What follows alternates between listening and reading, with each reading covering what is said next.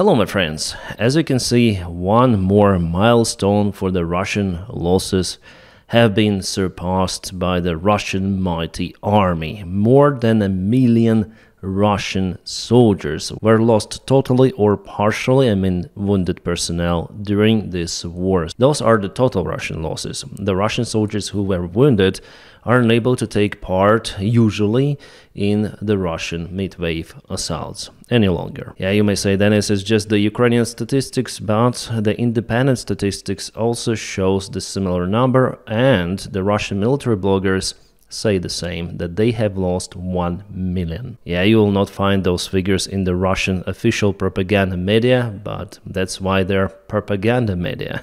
The thing is that Putin doesn't really care about his losses, and just yesterday he announced that the Russian ground forces should be expanded gradually by several of the times. Well, let's continue with the good news. There was the Ukrainian counteroffensive action successful right at the border between Kharkiv and Luhansk oblast, not far away from Kruglyakivka. And near Lozova, for the single day, Ukraine was capable to repel Russians from multiple of the areas. Just for you to understand, here we have Kupiansk, and on the south from it, Russians are trying to cross the river and to propel forward. They used drones and other stuff, but it was reported that Ukraine gained the ground here, including the part of the Zagrizova village. Well, partially it's still under the Russian control. You may say there is almost no gap between Kruglyakivka and Zagrizova village, but still there are like two of the villages. Even though Russia has the advantage over Ukrainian army, but Ukraine still capable to counterattack. Yesterday I've told you about the Ukrainian counterattack in Sumy. And yes, if we speak about Sumy, according to the latest information, Ukraine was capable to liberate Yablonivka village. But I'm still waiting for the military map update and confirmation. And we're gonna return back to the military map just a little later. About the Russian summer offensive, Zelensky stated that Ukraine is in the middle of the full-scale Russian attacks all across the front lines. However, as you might see, the Russian forces are pretty much dispersed along the front line, so Ukraine is capable so far to defend the ground. Yeah, sometimes Russia takes the ground, but Ukraine makes it very terrible for Russia because Russia sustains severe heavy losses. Awesome news continues. There was again the massive exchange of the prisoners of war for the third day consecutive. I don't remember the last time it was like that, my friends. Yeah, you know, those negotiations with Russia are pretty much the fake ones, but after all, there was the agreement for exchange, and it is now implemented in real life. There are lots of the Ukrainian prisoners of war who returned with heavy wounds, and they were not under the proper medical support. There were multiple of the disease discovered by Ukrainian medics. Then they did their checks over Ukrainian soldiers. Alright, now to the news which are not okay, I would say. Pistorius say that Germany is not looking to supply Taurus missiles to Ukraine. Then all of them were saying before, including Pistorius, Chancellor Merz, that we're gonna supply those cruise missiles, but those were promises before elections or during the election campaign, it's better to say. Well, instead they want to reinforce the supplyment of Ukrainian army in general to allocate roughly 9 billion euros from what I remember, but still those are the plans. Plus Germany is looking to participate the Ukrainian projects of making the long-range missiles, so still Taurus has not been released. Yeah, it's a big drama with the Taurus, with the previous chancellor, with the current chancellor. Somehow they still don't want to escalate, even though Russia possesses the real threat, not just for Ukraine, but for basically everyone in the European Union. Alright, because of the successful spiderweb operation performed by Ukrainian army, Russia has to allocate their strategic bombers really far away from the European side of Russia. We are speaking even about Sakhalin and Kamchatka, so for every military mission, Russian bombers have to cover thousands of the kilometers, spending hours in the air, which makes the strikes against Ukraine absolutely unprofitable from any sort of the perspective, because those airplanes which Russia uses, they have the limited resource. They've been produced decades ago, and now Russia just makes everything to warm them down. I would say it's one more outcome of the successful Ukrainian spiderweb operation to make a logistical nightmare for Russia elsewhere, with checking of those trucks, with their airplanes, with everything. And here, my friends, I want to share my thanks to my Patreon supporters and also the members of the channel. Guys, you're keeping me running. And my friends, if you are willing to support me financially, I will put the link for my Patreon page right in the video description below. Thank you so much for helping me, especially then I have some issues with monetization on YouTube. And also, guys, if you don't have the opportunity to support me on membership or on Patreon, you may just press your huge like to this video and also subscribe for the channel. That is how you also help me a lot. Thank you so much for it. Well, it seems like Putin looked at this operation which Ukraine conducted, and today he announced about the creation of the Russian drone army. So the specially dedicated forces like the Russian airspace forces, but now it's about the drone army. In Ukraine, it was created the first, and now Russia takes an example. What else Putin said? That Russians are immortals. Well, judging on the drone images that I watch sometimes, no, Russians are not immortals, but for Putin, they are. Yeah, during the meeting with his military officers, Putin speaking to Sennheiser microphone, yeah. Oh my god, what's the pose image I have here? I need to screenshot it. Yeah, it will go for the thumbnail for sure. Well, his previous microphone was Bosch, maybe that one melted down, and now they gave him this one. Well, actually there's the company Soyuz, which produces quite good microphones out there in Russia, but they're made for export mainly. Yeah, sorry, I'm deviating a little from the topic here. Putin said not about the crazy Russian losses which surpass 1 million.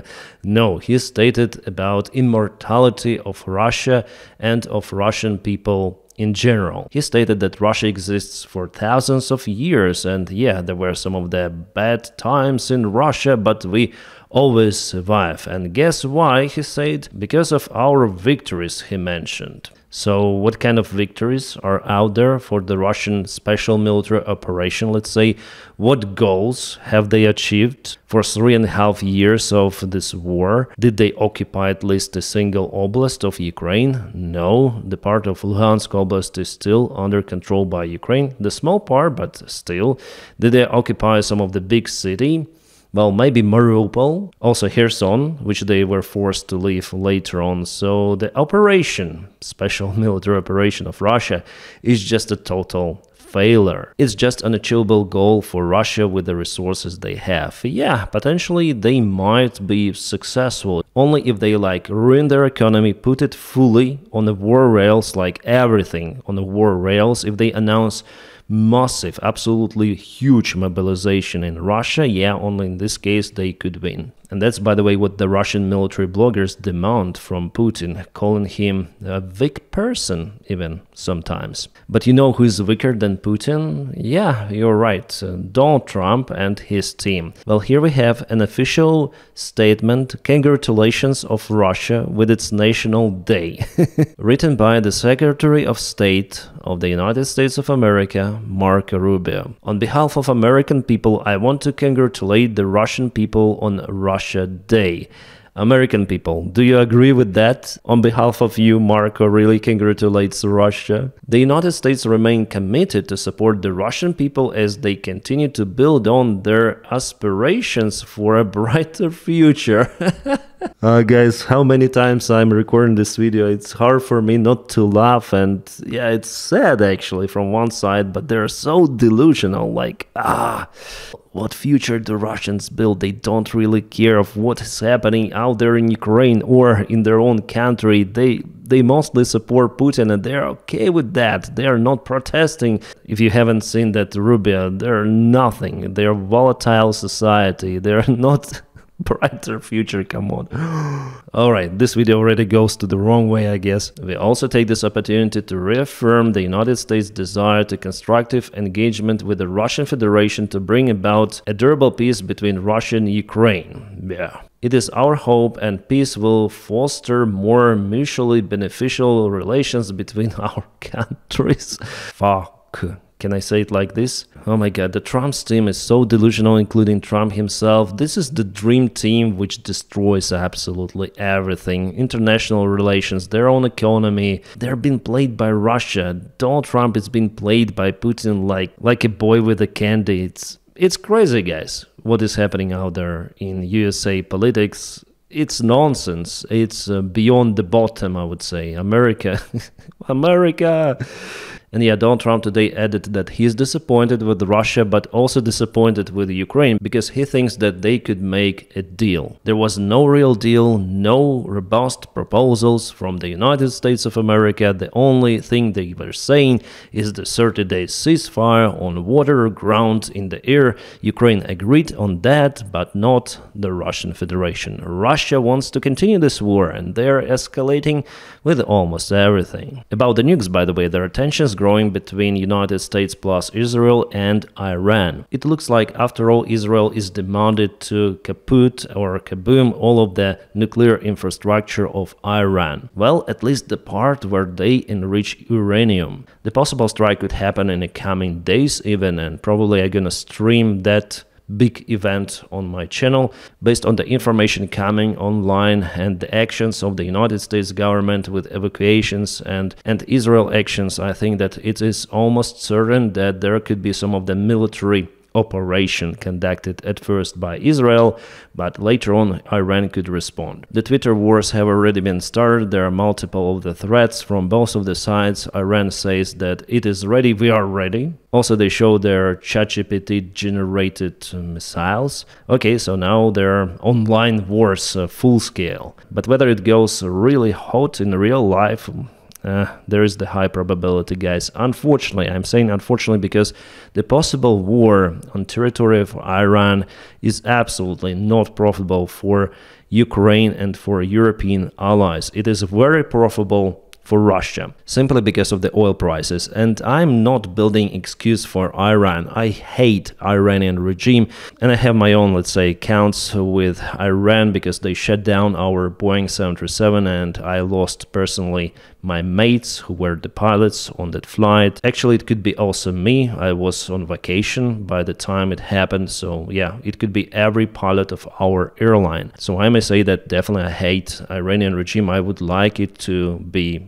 displaced, dismissed, and Iranian people to have their deserved freedom. Before this crazy fanatic regime, Iran was actually a great country. Well, the country is great even now, but the regime, the government itself wants to destroy their own people. But starting the war there right now, I think it's after all not a good idea. Maybe Israel doesn't see other way out. It's all about Trump, actually, my friends. There was the interesting post today from the Bit.ly channel, just a short explanation about the situation. Many years ago, Iran started to develop nukes. United States introduced the sanctions as the measure. After that, Barack Obama signed the real deal with Iran, and Iran really stopped producing or enriching their uranium. Then Donald Trump, the first term, came to power, annihilated the deal. Iran restarted the program. 8 years later, Donald Trump too. Let's make a deal. Iran, we already made it before and you cancelled it. Iran, we don't believe you. Israel, let me bomb him. Trump,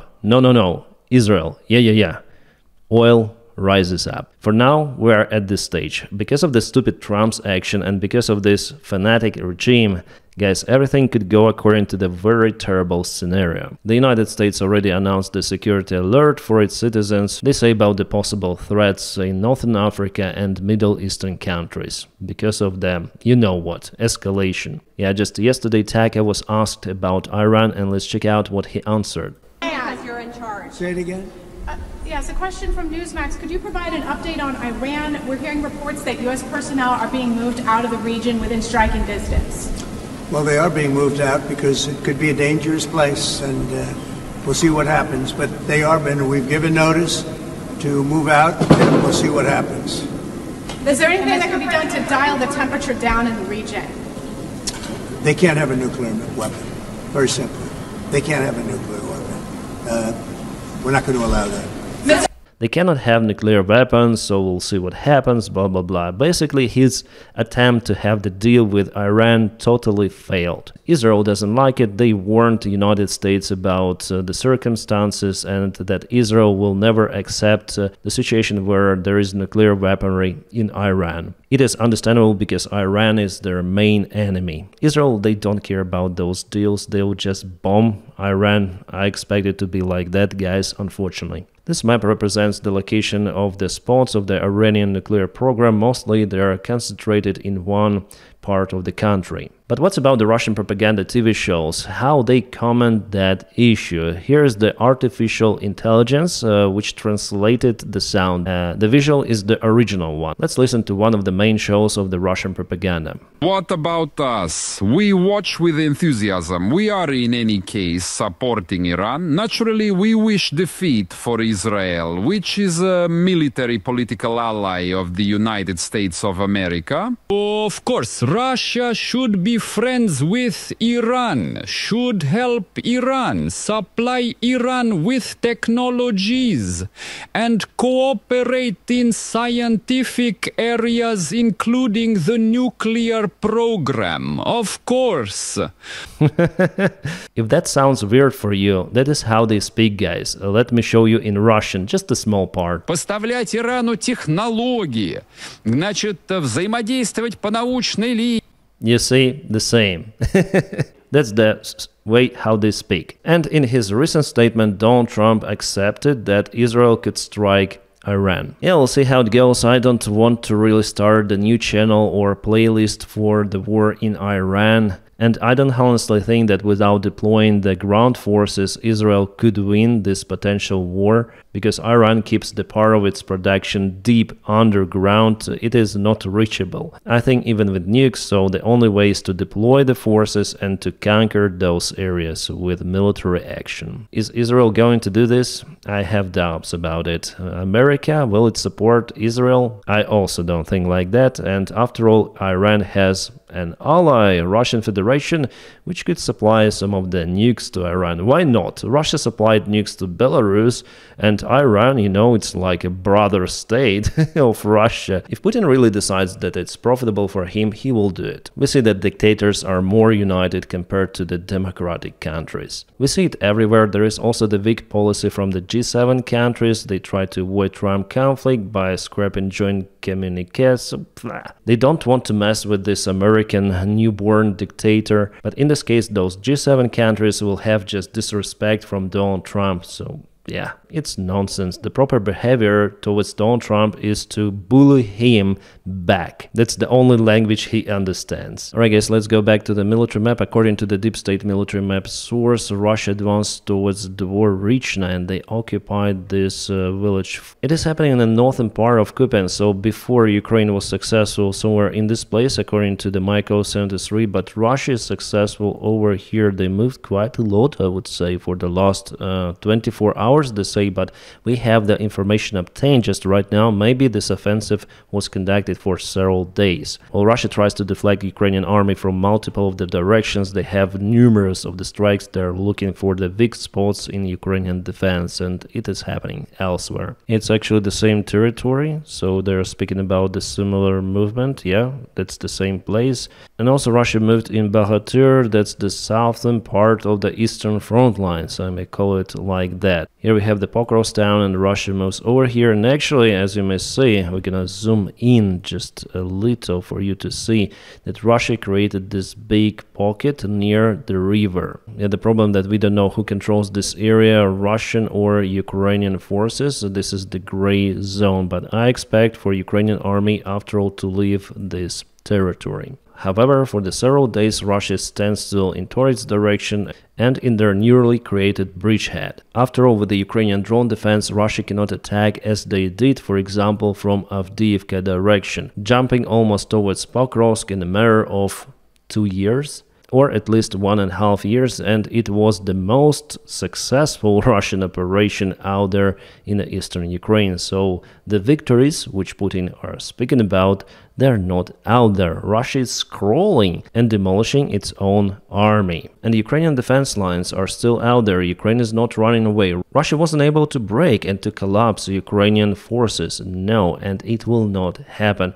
at least in the nearby future, in the coming years, I would say. Yeah, Russia may have lots of the plans. As Zelensky said, the idea for Russia is to go to Odessa, to go to Moldova even, the part of the unrecognized Transnistria. Russia wants to occupy all of the eastern side of Ukraine, Kharkiv, Sumy also, but that is what they want. It doesn't mean that it will happen. Russians want to go to Kiev too, but failed with that and retreated. As Prigozhin said, we shit our pants and run away from Kiev. And guys, some of the news which are not related to Ukraine, there was the aviation accident, the air crash basically happened with Indian Dreamliner Boeing 787, and I filmed 4 of the videos about it with updates, so the information was coming all the day long, and I tried to review as many details as possible. There are still many mysteries in this puzzle, but I recommend to check out my pilot blog channel. Just search in YouTube pilot blog and you'll have all of my videos out there. Sometimes I review aviation accidents, and this one could be the biggest one for the last several years, I would say. And yeah, somehow one of the passengers even survived the crash. It is a miracle. Yeah, the crash is terrible. There were different nationals on board, mostly Indians, British, Portuguese, and 1 Canadian. Well guys, I hope you enjoyed this video, and now please don't forget to press your huge like to this video. Also, subscribe for the channel, and that's how you boost this video in the search for YouTube. You're helping me a lot with that. And I wish you all a peaceful sky wherever you are, and have a great time.